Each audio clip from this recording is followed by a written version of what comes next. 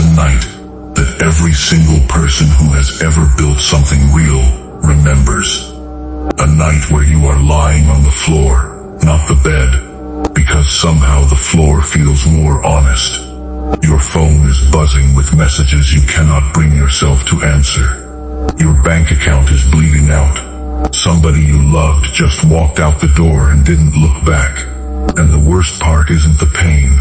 The worst part is the silence after the pain. When you finally ask yourself the one question you've been avoiding for weeks. What if this never gets better? What if this is just who I am now? Broken, alone, behind. If you are there right now, listen carefully. I am not here to comfort you with soft words that dissolve the second this video ends. I am here to tell you something most people are too afraid to say out loud. Hell is not the end of your story. Hell is the entrance exam. Every person you have ever admired, every name you have ever whispered with respect, walked through a version of the exact fire you are standing in right now. They did not skip it. They did not find a shortcut around it. They walked straight into it, got burned, and kept walking. Nobody tells you that part.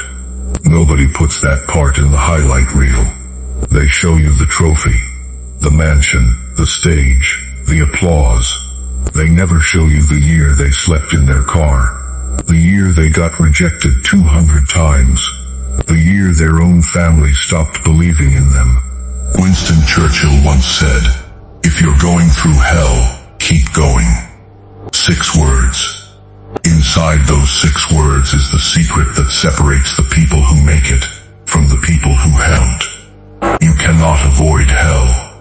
Life will drag you through it whether you're ready or not. The only real choice you have is whether you keep walking while you're in it.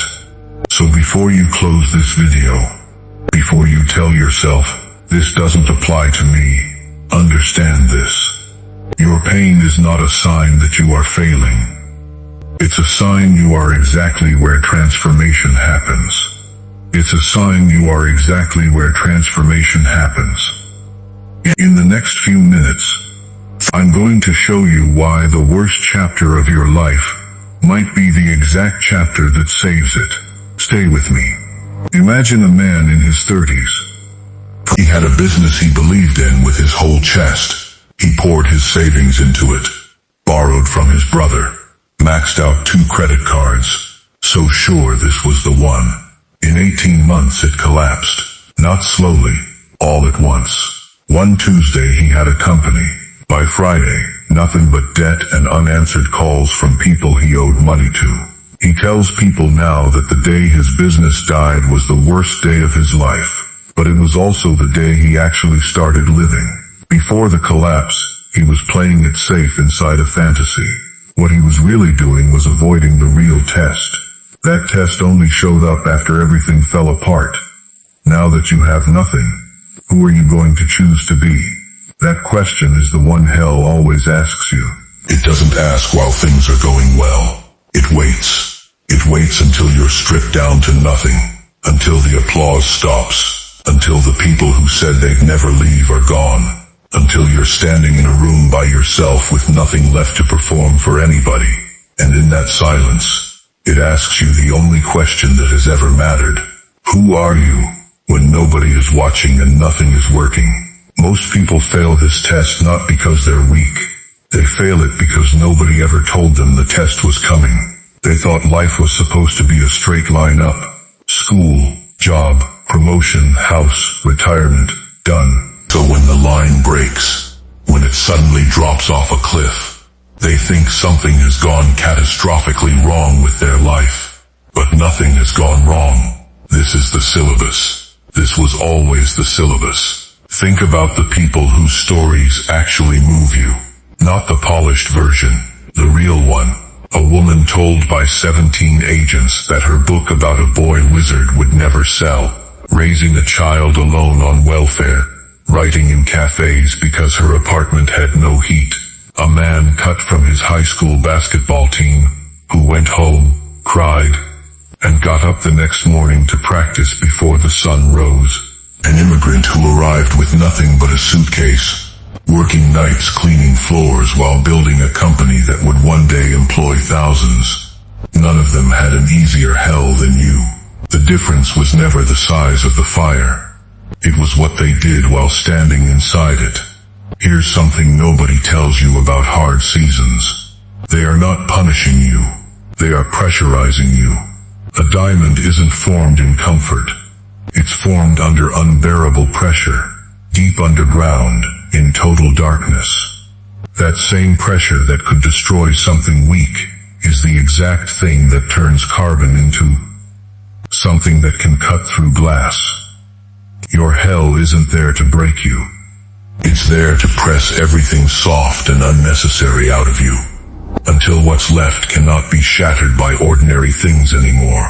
You will never meet a person with real depth, real unshakable calm, who got that way from a comfortable life. Comfort teaches you nothing, because it never asks anything of you. Only when you're pushed to the edge of what you think you can survive, do you find out what your thing's actually made of, and you don't find that out until you're forced to. That means everyone who is currently living an extraordinary life once stood exactly where you're standing, confused, exhausted, wondering if they were the only one who felt this destroyed. They weren't. Nobody is. This feeling you have right now, this ache in your chest that feels like it might swallow you whole, it is not unique to you. It is the oldest feeling in human history. Every single person who ever built something that mattered has felt this exact ache, and they kept going anyway. Now here's where I need you to lean in, because this next part is the part that changes how you see everything. The reason most people quit in hell isn't because the pain gets worse. It's because they lose sight of why they started. They forget what they're fighting for. The pain stops feeling like a price they're paying for something. Starts feeling like proof that they made a mistake. Starts feeling like proof that they made a mistake. Single shift from this is the cost to this is a sign I should stop is the moment people give up right before the breakthrough. And the cruel, yet beautiful irony of hell is that it always looks the darkest right before it breaks. Think about a seed underground. If it could feel, the darkness would feel like suffocation, like being buried alive. It has no way of knowing the darkness is not its grave, it's its womb. It only knows the pressure, the crushing dirt, the total absence of light. But that darkness is exactly what it needs to crack open and grow roots strong enough to one day hold up a tree. If it gave up the moment it felt the pressure, it would never become anything. It has to push through what feels like death to reach what actually is life. You are that seed right now, and I need you to hear this. The fact that it's dark does not mean you are dying. It means you are growing roots that nobody can see yet. There's a reason the phrase isn't, if you're going through hell, analyze it. It isn't, if you're going through hell, understand it fully before you take another step. It's, keep going. Because hell doesn't make sense while you're in it. It's not supposed to. You are not meant to have full clarity in the middle of the fire. Clarity comes later, when you look back from solid ground and finally see the shape of what you walked through. Right now, in the middle of it, your only job is not to understand it. Your only job is to keep walking. Here's the part people misunderstand the most. You think you need motivation to keep going. You don't. Motivation is a feeling, and feelings are the least reliable thing in the world when you're in pain. Some days you will feel like the emptiest version of yourself that has ever existed. On those days, motivation won't save you. Discipline will. A decision, made once, in advance, that you will keep moving even when you don't feel like it, is worth more than 1,000 motivational speeches. Feelings come and go like weather. A real decision stands like a mountain. Storms pass over mountains. They do not move them. So build your decision now. Not, I'll try to keep going if things get better. Decide, right now, while you're listening to this, that you are the kind of person who keeps walking through hell. Not because you're fearless. The people who make it through are not fearless. They are terrified the entire time. They just decided that their fear does not get to make their decisions for them. I want you to notice something about your life up to this point. Every single hard season you have already survived. You survived 100% of them. Every heartbreak that felt like it would kill you, you're still here. Every failure that made you want to disappear, you're still standing. You have a perfect record of getting through your worst days. 100%. Not 99. 100. That is not luck. That is evidence. That is proof of who you actually are, underneath the exhaustion and the doubt. You are someone who survives. You have never once been the exception. Why would this time be any different? I know it feels different.